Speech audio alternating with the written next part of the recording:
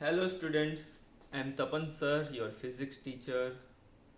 बच्चों, last time हमने types of force के बारे में पढ़ा था। Balanced force, unbalanced force, contact force, non contact force. Contact force के भी बहुत सारे टाइप्स थे। 3 टाइप्स हमने डिस्कस किए थे। पहला था नॉर्मल फोर्स, दूसरा था friction force and third one muscular force. Is it clear? अभी बच्चों, नॉन कांटेक्ट के भी 3 टाइप्स थे। फर्स्ट ऑफ ऑल, फर्स्ट वाला कौन था? Gravitational force, second electrostatic force and third magnetic force. तो बच्चों, ये तो टाइप्स ऑफ फोर्स था और फोर्स के क्लासिफिकेशन किया था हमने। बच्चों, आज हम एक छोटी सी टर्म पढ़ने जा रहे हैं जो कि कॉम्पिटिटिव लेवल के हिसाब से हमें पढ़नी है। Okay, force of gravity. Force of gravity. So force of gravity क्या है? The earth attracts all the bodies towards its centre. The earth attracts all the bodies towards its center. The force exerted by earth, the force मैं आपको explain करता हूं, don't worry. The force exerted by earth, the force exerted by earth on the body is known as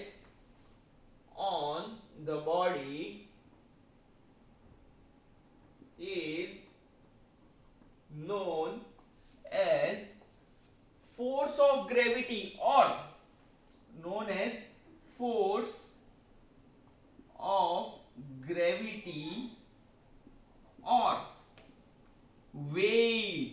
और हम क्या कहते हैं उसे? वेट कहते हैं। अब मैं आपको एक्सप्लेन करता हूं। बच्चों, एकदम सिंपल लॉजिक है। मुझे बताओ, ये मार्कर को मैंने फ्री फॉल करवाया, मार्कर कहां गई? टुवर्ड्स अर्थ। समझो बच्चों, ये मार्कर को मैंने फ्री फॉल करवाया है, ये गई। कहां गई? नीचे ही गई ना। मतलब अर्थ जो भी ऑब्जेक्ट्स हैं, इन सबको कहां अट्रैक्ट करती है? उसकी और अट्रैक्ट करेगी। इसीलिए तो मैंने लिखा है the earth attracts all the bodies towards its centre. बच्चों, हम खड़े हैं तो हम क्या हवा में खड़े रहते हैं? नहीं ना, हम लोग सरफेस पर खड़े रहते हैं, अर्थ पर खड़े रहते हैं, ऐसा भी कह सकते हैं। सो अर्थ है ना, सारी बॉडी को, मतलब ह्यूमन बॉडी की बात नहीं कर रहा हूं मैं, एवरी ऑब्जेक्ट्स, ओके, उनको अपने सेंटर की ओर क्या करती है बच्चों? अट्रैक्ट करती है। अब वो जो फोर्स लगाती है, अर्थ अट्रैक्ट करती है, मतलब कि अट्रैक्टिव फोर्स लगा रही है। So the force exerted by Earth on the body is known as force of gravity. उसे क्या कहते हैं बच्चों? Force of gravity. और हम उसे वेट भी कह सकते हैं। क्या कह सकते हैं बच्चों? वेट भी कह सकते हैं। Okay, it acts vertically downward direction. बच्चों, मुझे बताओ, कोई भी ऑब्जेक्ट अगर नीचे जाएगा तो फोर्स कहां लग रहा है? नीचे की ओर ही ना। ओके, तो यहां पर मैं लिख सकता हूं it acts vertically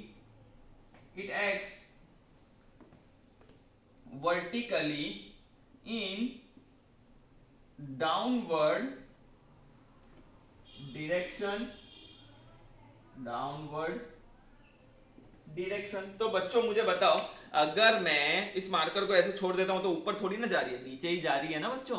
okay, so it acts vertically in downward direction. बच्चों, डाउनवर्ड डायरेक्शन में जाएगी, ये फोर्स डाउनवर्ड डायरेक्शन में लग रहा है। अब उसका फॉर्मूला क्या होगा? अगर वो फोर्स है तो उसका फॉर्मूला भी होगा। सो फोर्स का फॉर्मूला है, हमने पढ़ा था, फादर इज इक्वल टू मां। बट इस ए की जगह पर एक तड़का बता रहा हूं। ये ए जो था ना बच्चों, वो एक्सेलरेशन था। क्या था? एक्सेलरेशन।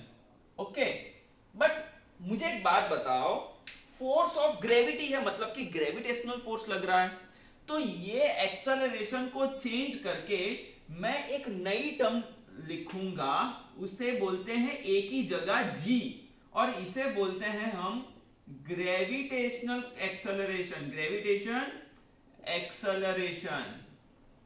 तो ए को मैं ए की जगह पर मैं क्या लिख दूंगा बच्चों, जी। तो अब हमारा फॉर्मूला क्या होगा force of gravity equals to force of gravity, that is F equals to m into g, m into g. तो ये हमारा बच्चों क्या हुआ फॉर्मूला, फोर्स ऑफ ग्रेविटी का formula F is equal to m into g. और you can also say weight, क्या हो गया बच्चों, मेरे प्यारे बच्चों क्या हुआ, F is equal to m a की जगह F is equal to m g, क्योंकि वो वर्टिकली डाउनवर्ड्स है। अब बच्चों जी की वैल्यू है ना पॉजिटिव भी हो सकती है और नेगेटिव भी हो सकती है। कैसे, चलो बता देता हूं। ओके चलो फाइन, कोई दिक्कत की बात नहीं है। अब जी की वैल्यू आप क्लास 9 में बच्चों इसे प्रूव करोगे कि जी की वैल्यू 9.8 लेनी है। कितनी लेनी है, the value of g equals to 9.8 metre पर सेकेंड स्क्वायर। बच्चों इंपॉर्टेंट, अभी याद रखना है, 9th स्टैंडर्ड में प्रूव करना है, ठीक है। जी की वैल्यू 9.8 मीटर पर सेकेंड स्क्वायर लेते हैं हम लोग। बट अब दो केसेस में बताऊंगा बच्चों, मैं आपको दो केसेस बताऊंगा। अगर कोई object for downward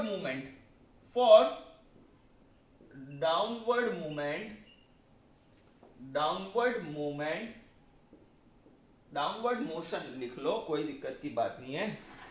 for downward, if body moving downward, if body moving in downward direction, if body moving in downward direction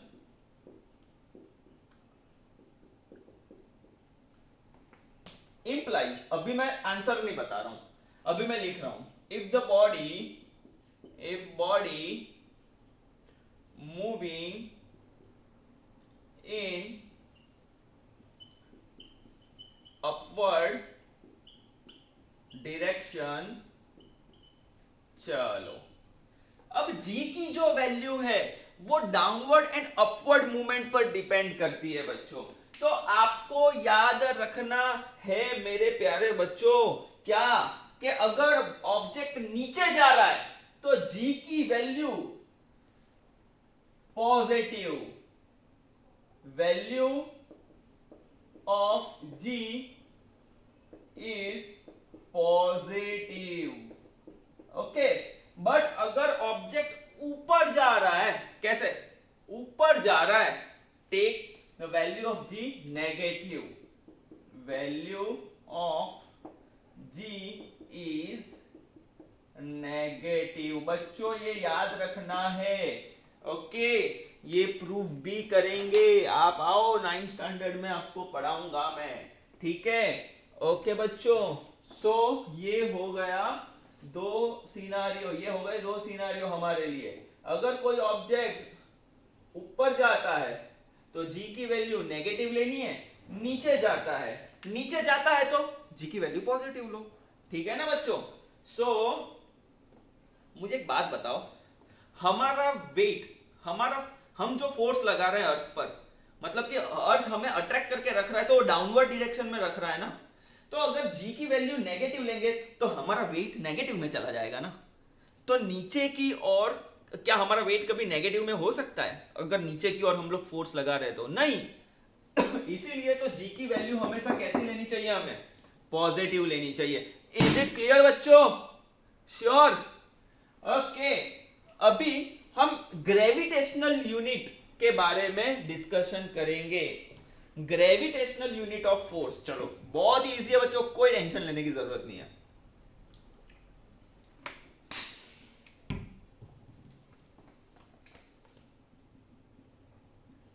gravitational unit of force. बच्चों, हमने फोर्स का यूनिट पढ़ा था Newton, but gravitational unit different होता है। Okay, तो हम लिख देते हैं ग्रेविटेशनल यूनिट। एक तो दो प्रकार के यूनिट होते हैं, एमकेएस यूनिट एंड यहां पर मैं लिख देता हूं सीजीएस यूनिट। ओके, यहां पर ऐसा ही नहीं लिखेंगे, ऐसा यूनिट तो क्या है, न्यूटन है। मैं पहले फॉर्मूला लिख देता हूं, F is equal to m g, यहां पर भी लिख देता हूं F is equal to m g. तो यूनिट क्या होगा मेरे प्यारे बच्चों, यूनिट क्या होगा, यूनिट होगा किलोग्राम फोर्स। क्या बोलेंगे इसे हम, के जी एफ, इसे बोलते हैं किलोग्राम फोर्स। क्या बोलते हैं, किलोग्राम फोर्स। हाँ बच्चों, यही यूनिट है केजीएफ, और इसका यूनिट क्या होगा, सीजीएस यूनिट। किलोग्राम का छोटा भाई कौन है, ग्राम। ओके, सो ग्राम फोर्स, तो उसे हम लिख देते हैं जीएफ। ओके, यहां किलोग्राम फोर्स, यहां पर ग्राम फोर्स, जीएफ। ओके तो यहां पर मैं लिख दूंगा ग्राम फोर्स। बच्चों, इतना समझ में आया आप सबको। ओके, अभी ये तो बात हुई बच्चों gram force and kilogram force की। अगर मुझे इसे न्यूटन में कन्वर्ट करना है तो वन, बहुत ही मोस्ट इंपॉर्टेंट बच्चों, बहुत बहुत बहुत ही most important, 1 kilogram force is equal to how many newton. अगर इसे न्यूटन में कन्वर्ट करना है तो जी की वैल्यू कितनी थी, 9.8। तो कुछ नहीं करना है, 9.8 लिख दो और यहां पर न्यूटन कर दो, बात खत्म। 1 kilogram force is equal to 9.8 newton, ये याद रखना है। Is it clear. सिमिलरली बच्चों 1 gram force is equal to how many, 9, क्योंकि न्यूटन का छोटा भाई 9, सो यहां पर लिख दो 980 9। बच्चों ये आपको ध्यान रखना है, 9th में डिटेल में पढ़ेंगे, बट ओलंपियाड में क्वेश्चन आ सकता है, इसीलिए मैंने करवा दिया है। ये बच्चों आपको ध्यान रखना है। इज इट क्लियर बच्चों। ओके बच्चों, अब हम बहुत ही जबरदस्त मस्त न्यूमेरिकल करने जा रहे हैं। ओके, आपको मजा आ जाएगा, ठीक है।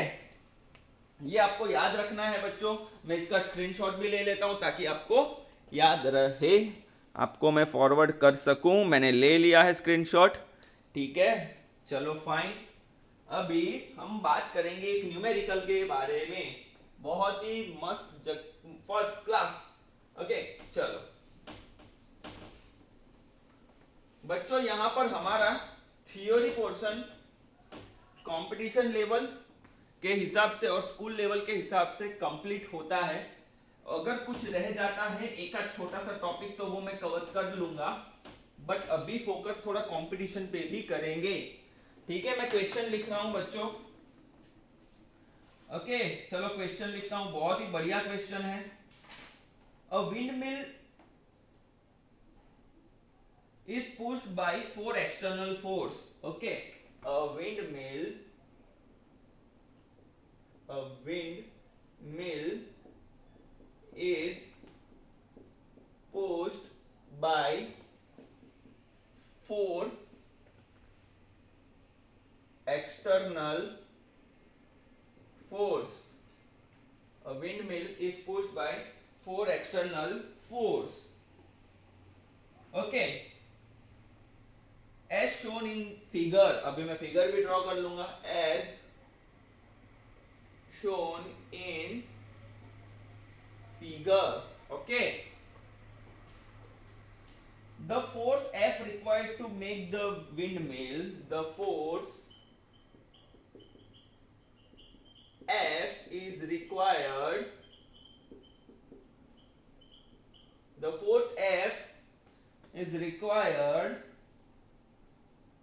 the force F required to make the windmill, the force F required to make the windmill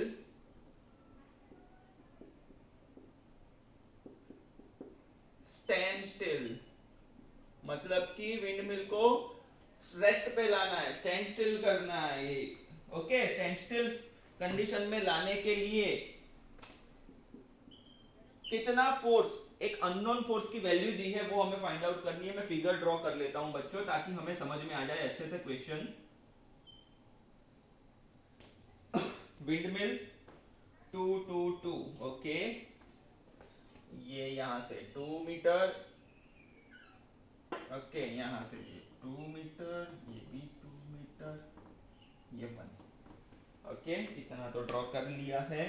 okay, 1 2 2, okay, चलो 1 मीटर, 2 मीटर, 2 मीटर, यहाँ पर भी 2 मीटर। ओके फाइन, कोई दिक्कत की बात नहीं है, बहुत ही इजी है। 10 न्यूटन 1 न्यूटन, चलो ये है आपका 10 न्यूटन, 10 न्यूटन, 1 न्यूटन कहाँ लग रहा है, ऊपर की ओर लग रहा है।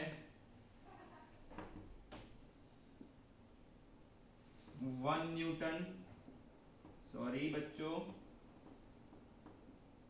1 न्यूटन, ओके, F and 8, ओ हो गया, F न्यूटन एंड यहां पर लग रहा है 8 न्यूटन। चलो बच्चों, क्वेश्चन इज रेडी। चलो अब सॉल्व करना बाकी है, ये भी मिटा देता हूं।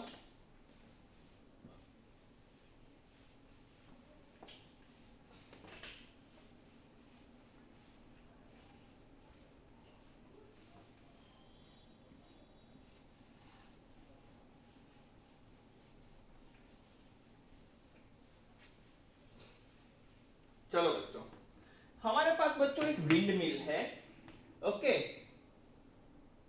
उसे हम 4 एक्सटर्नल फोर्स से पुश कर रहे हैं। देखो, एक 10 न्यूटन, एक 1 न्यूटन, एक F न्यूटन, ये अननोन फोर्स है बच्चों। इस फोर्स के बारे में हमें ढूंढना है कि इस फोर्स की वैल्यू क्या होगी। और एक 8 न्यूटन है जो डिफरेंट डिफरेंट डायरेक्शन में है। 10 न्यूटन क्लॉकवाइज डायरेक्शन में है, 1 न्यूटन एंटी क्लॉकवाइज डायरेक्शन में है, ये जो F न्यूटन है वो भी एंटी क्लॉकवाइज डायरेक्शन में है, और ये 8 न्यूटन क्लॉकवाइज डायरेक्शन में है।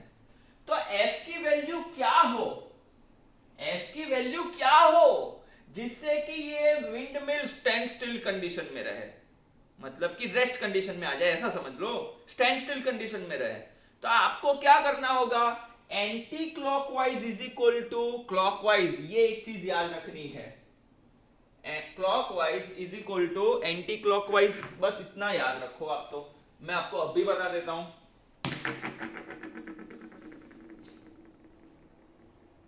क्लॉकवाइज डायरेक्शन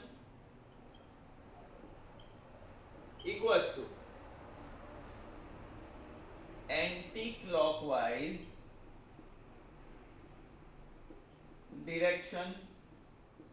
बच्चों आपको क्या करना है पता है, क्लॉकवाइज डायरेक्शन वाले जितने भी फोर्स हैं इसे इस ये जो वैल्यूज हैं इनके साथ मल्टीप्लाई करना है और उसे एक साइड लिखना है। क्लॉकवाइज वालों को एक साइड लिखो, एंटी क्लॉकवाइज वालों को एक साथ लिखो। तो देखो क्लॉकवाइज में कौन कौन है, 10 न्यूटन और 2, तो 10 इंटू 2, चलो तो यहां पर लिखता हूं मैं 10, सो 10 इंटू 2, चलो प्लस प्लस, अभी ये तो एंटी क्लॉकवाइज है तो मैं इसे कंसीडर नहीं करता हूं।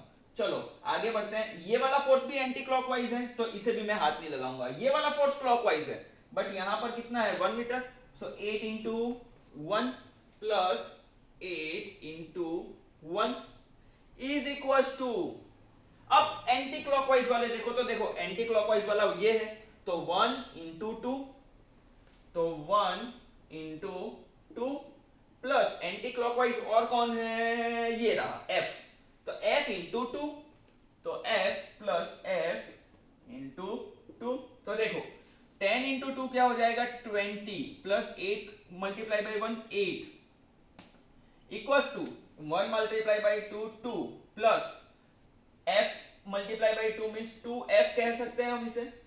सो ये क्या हो जाएगा 28 is equal to 2 plus 2f। इस 2 को मैं इस साइड ले आऊं तो ये माइनस हो जाएगा। सो 28 माइनस 2 इक्वल्स टू 2f। तो 28 minus 2 means 26 equals to 2f। इस स्टेप को मैं ऐसे भी लिख सकता हूं 2f equals to 26। So f equals to क्या हो जाएगा बच्चों 26 अपॉन 2। 2 को डिनोमिनेटर में ले आएंगे तो f की वैल्यू कितनी हो गई 13 न्यूटन। सो अगर आप 13 न्यूटन का फोर्स लगाते हो इस डायरेक्शन में तो विंड मिल स्टैंड स्टिल हो जाएगी। ओके आंसर हमारा आ चुका है 13 न्यूटन। That's it. ये न्यूमेरिकल प्रीवियस ईयर के ओलंपियाड के क्वेश्चन है ये, ठीक है। ये वाला क्वेश्चन ओलंपियाड का है, ओके कॉम्पिटिटिव लेवल का क्वेश्चन है। तो ये आपको ध्यान रखना है क्लॉकवाइज डायरेक्शन और एंटी क्लॉकवाइज डायरेक्शन को कंपेयर करके। बस मैथमेटिकल स्टेप्स हैं, बात खत्म हो गई बच्चों। ओके इतना समझ में आ गया आपको? कोई डाउट है आपको? है तो अभी तो आप डायरेक्ट तो मुझे बता नहीं पाओगे, कॉल करना पड़ेगा, मैसेज करना पड़ेगा। तो एफर्ट्स तो लगाने पड़ेंगे बच्चों। मैं एफर्ट्स लगा रहा हूं, आप भी एफर्ट्स लगाओ, हम दोनों एफर्ट्स लगाएंगे तो हमें सक्सेस मिलेगी, ठीक है। तो बच्चों यहां पर हमारा फोर्स खत्म हो रहा है। अभी हम नेक्स्ट टाइम प्रेशर के बारे में पढ़ेंगे। अब मैं आपको बच्चों ये टॉपिक खत्म होने की वजह से डीपीपी दूंगा, क्वेश्चन सॉल्व करने के लिए दूंगा, वो भी मल्टीपल चॉइस क्वेश्चन। एक क्वेश्चन होगा, 4 आंसर होंगे, आपको एप्रोप्रिएट आंसर सिलेक्ट करना है और फिर मैं आपको आंसर की भी दूंगा ताकि आप आपके आंसर को कंपेयर कर सको, ठीक है बच्चों। अगर कुछ भी समझ में नहीं आता तो आप मुझे कॉल करो, मैसेज करो, ठीक है, व्हाट्सएप करो, ठीक है। Feel free to ask any queries, but पढ़ना अच्छे से है बच्चों, ठीक है। Okay thank you.